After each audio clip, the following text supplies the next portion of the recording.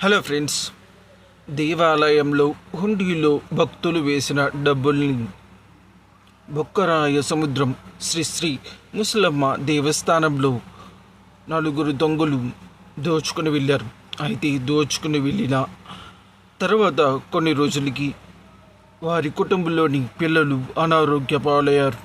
దాని వలన తీసుకువచ్చిన ఆ డబ్బే కారణమని దోచుకెళ్ళిన దొంగలు భావించి ఆ హుండీలోని డబ్బులు అన్నీ కూడా తిరిగి తీసుకువచ్చి దేవస్థానం ముందు వదిలేసి వెళ్ళారు. వదిలివేసి వెళ్ళిన డబ్బుతో పాటు ఒక చిన్న లెటర్ కూడా రాసి వెళ్ళారు. దయచేసి క్షమించండి, తప్పయింది.